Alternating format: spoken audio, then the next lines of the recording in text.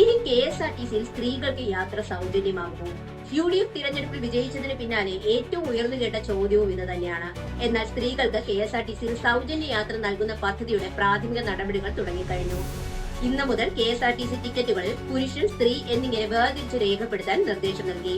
ഒരു ദിവസം ശരാശരി എത്ര സ്ത്രീകൾ KSRTC ആശ്രയിക്കുന്നുണ്ടെന്നും സൗജന്യ യാത്ര അനുവദിച്ചാൽ പ്രതിമാസം എത്ര രൂപയുടെ അധിക ബാധ്യത സർക്കാരിനുണ്ടാകുമെന്നും കണ്ടെത്താനാണ് ഈ നീക്കം.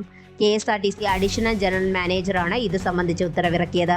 തിരഞ്ഞെടുപ്പ് ഫലം വന്നതിന് പിന്നാലെ UDFന്റെ പ്രകടന പത്രികയിലെ പ്രധാന വാഗ്ദാനമായ ഈ പദ്ധതി നടപ്പിലാക്കുന്നതിനെ കുറിച്ച് ധനവകുപ്പ് റിപ്പോർട്ട് ആവശ്യപ്പെട്ടിരുന്നു. ഇതിന്റെ ഭാഗമായാണ് ഇപ്പോൾ വിവരശേഖരണം തുടങ്ങുന്നത്. നിലവിൽ വിവരശേഖരണം മാത്രമാണ് നടക്കുന്നത്. പുതിയ സർക്കാർ അധികാരം ഏറ്റെടുത്ത ശേഷമായിരിക്കും സൗജന്യ യാത്ര ഔദ്യോഗികമായി പ്രഖ്യാപിക്കുകയും നടപ്പിലാക്കുകയും ചെയ്യുക.